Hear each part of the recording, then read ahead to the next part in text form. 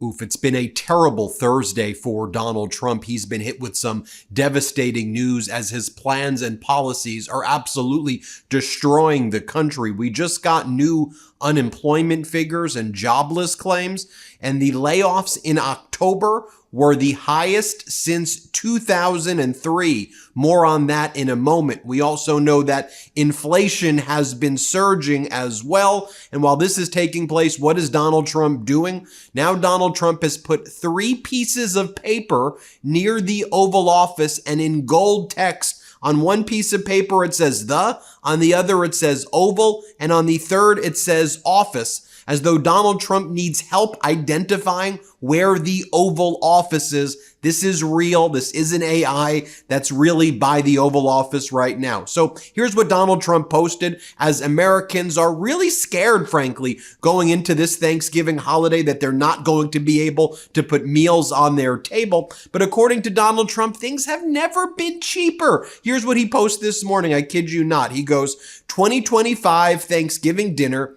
under Trump is 25% lower than 2024 Thanksgiving dinner under Biden. According to Walmart, he's citing Walmart here. He goes, my costs are lower than the Democrats on everything, especially oil and gas. So the Democrats' affordability issue is dead. Stop lying. I've truthed it. Therefore it is. Okay, people know that the Thanksgiving prices are not 25% lower. They're significantly higher. So where is Donald Trump getting that data from? Well, the 2025 Walmart Thanksgiving meal list now contains only 15 items, while the 2024 meal contained 21 items. Additionally, most of the brand name items in the 2024 meal were replaced with great value items and generic items. You may want to mention that, you big freaking fraud. I mean, just think about that. Like,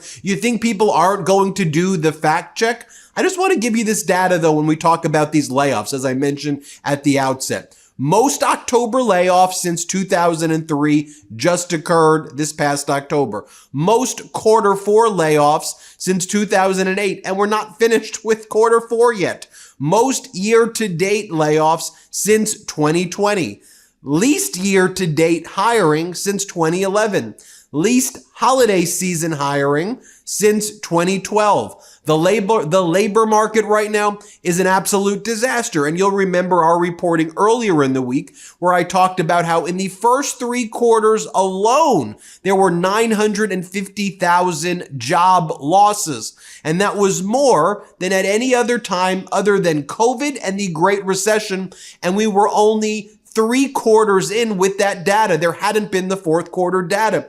And remember I told you, I said October was a bloodbath when it came to job losses. Well, now add those additional job losses that I just talked about right there in October, and now you're well over 1 million job losses through October. It's a disaster. Here's how they talked about it on CNBC. And we all know CNBC with Joe Kiernan and all those people, they've been very friendly to Donald Trump, but here's how they had to report it. They couldn't deny that Donald Trump is crashing the economy. Here, play this clip. It's about the health of the job market. Steve Leisman joins us with the latest numbers from Challenger on job cuts. What's going on? Yeah, well, this is like a clue from like a cough or a sneeze or whatever, but announced corporate job cuts, Andrew, in the U.S. surging past 1 million so far this year, with 153,000 new layoffs announced just in October, according to Challenger. That is the worst October since 2003. Here are the numbers. October up 153. That compares with September. That's 100,000 more than September and 100,000 more than this time last year in October 2024. Andy Challenger commenting, some industries are correcting after the hiring boom of the pandemic, but this comes as AI adoption, softening consumer and corporate spending, and rising costs drive belt tightening and hiring freezes. Announced layoffs don't always lead to actual cuts and could take place from attrition, but the report puts in perspective what we've been reporting here day after day, week after week. Series of marquee announcements unveiled in recent weeks across U.S. industries, including UPS, Amazon, Target, among others, Paramount, Rivian, all these companies there. Government has been responsible year to date for 308,000. But look at that, tech 141. That could be where you see a lot of the AI, maybe some in warehousing, but a big chunk of that's going to be UPS, as well as potentially some hit from reduced flows of trade. Retail's up there, as is services at 64,000. You take out the Doge cuts, the number's a bit better at 800,000, but still well above last year. Challenger doesn't see much in the way of hiring, saying announced plans are 35% below last year, and they're skeptical about the number of new hires for the holiday season. And one of the phrases that they're now using, I don't know if you've heard this, they go, it's a K-shaped economy, or it's K-shaped growth. Have you heard them talk about that? You're like, what does that mean when they say K-shaped? So think about the letter K, right? And you know how one of the lines of a K goes all the way up and the other line on the K goes all the way down? Where we are all the line that goes all the way down, because the 99% of Americans are suffering. Recession, Great Recession, things are awful, right? Where they say K-shaped though, they say, well, these billionaires are doing great and they are propping up the economy on that line that goes up on the K. That's what they mean by K-shape. That's how they refer to like human beings, like we're cogs on a freaking K-shape. More data points for you. Builders are now offering mortgage rate discounts because people aren't buying homes, but home buyers still aren't biting. New homes are sitting unsold despite builders using sweeteners to shift inventory. One of the worst housing markets in recent history as well. And you take a look too at that young demographic, the 19 to 28-year-olds, or just look at here, 20 to 24-year-olds. The unemployment rate of 20 to 24-year-olds right now is 9.2%, its highest level since 2016. Going on right here, we also see that in construction and manufacturing, not only are we seeing a recession there as Trump's tariffs against the world have caused significant harm, that the prices of construction material, manufacturing material has increased, thus decreasing the amount of construction and manufacturing workers being hired and the amount of construction and manufacturing taking place. But let's not also forget the impact of these disastrous ICE raids on construction projects, because a lot of workers are not showing up because they're afraid that ICE is going to show up, round people up, whether you're a citizen or not, throw you in concentration camps, kill you, steal your children, right? We've heard recently about ICE stealing children. I mean, like literally they took a dad away and then they put the ICE agents in the car and they kidnapped the little child. More on that in just a moment. I mean, this is what these Gestapo are doing. This is what Trump's America is like. But I just want to talk about this because earlier today, MAGA Mike Johnson held one of his daily humiliation rituals. You know what I'm talking about, where he does those press conferences and lies about everything and just makes him and the MAGA Republicans look more and more pathetic by the day. But the reporter asked a good question. Hey, MAGA Mike, food prices are going up. Grocery prices are still going up. How do you respond? Watch what MAGA Mike says here. Play this clip. But food prices themselves have still been going up. Grocery prices are still going up.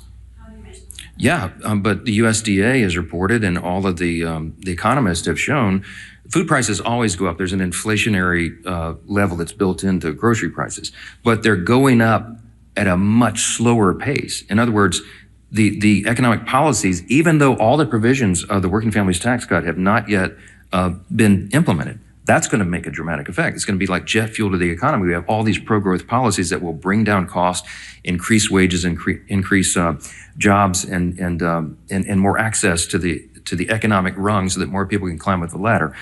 But oh, really, MAGA Mike? So, as Melanie DiRaggio says, weird way to admit that their promise to bring down grocery prices was always a lie. But MAGA Mike then claims that core inflation is now nearing its lowest level in 4 years, a total lie. He goes, inflation's going down. Trump brought it under control. No, remember that K-shape? Okay, remember how one of those lines goes up? Inflation's kind of like the line that goes up in the letter K right now. It's going up. It was going down under former President Biden, and it was going to hit that 2% target, and now it's going up past 3%, MAGA Mike. But here MAGA Mike is lying. Play this clip. the American people, that they can see and feel. To date, we've seen core inflation is nearing its lowest level in 4 years. Gas prices have fallen to a 4-year low. Prices for everyday goods continue to decline, and blue-collar workers are seeing the largest increase in wage growth in nearly 6 decades. I just want to clarify this for you because I think there may be some confusion here sometimes. When people talk about 3% inflation, like what that means, it's 3% year over year. So that means that it's 3% more expensive in general than it was last year to buy things, right? And so if last year it was 3%, if the year before it was 5%, if the year before it was 8%, if the year before it was 4%, you start looking at what the cumulative inflation rate is over the past 4 or 5 years and what it is right now under Donald Trump. And yes, we use that 3% number, but in many ways it's like things are 20 to 25% more expensive when Trump promised to bring things down and make it that much more cheaper. And for me, it's pretty obvious where this is really coming from. It's frankly, in my view, and I don't want to forget this, coming from Donald Trump's first term as well. Yes, his trade war against the world right now is destroying the economy and it's causing inflation to surge, and that's going to have a long-term impact. But what Trump did in his disastrous handling of COVID, I know everyone wants to act like we have that Men in Black wand, whatever they call that thing, and we just like forget about Donald Trump's mishandling of COVID, but they recklessly printed money, right? And their PPP program was a disaster. Supply chains were utterly destroyed. And Donald Trump added what? $8-9 trillion to our debt. All of that. That's a shock to the system, and that causes massive inflation. So another inflationary thing that I want to talk about, which isn't getting enough attention as well. Right now, the Treasury Department is doing something called like stealth. They're doing like stealth money printouts to banks. And one day they just gave like $29 billion because there seems to be some liquidity issues right now in the reserves that are being held in these banks. And so the Treasury's printing a lot of money very quietly and moving it over to the banks so that their reserves go up. And I think that's a problem that nobody's really talking about and that we need to focus on a little bit more of as well. I want to share this with you too. You know how all these AI companies are cozying up to Donald Trump? So we learned today that OpenAI is requesting financial support from the US government for its expansion.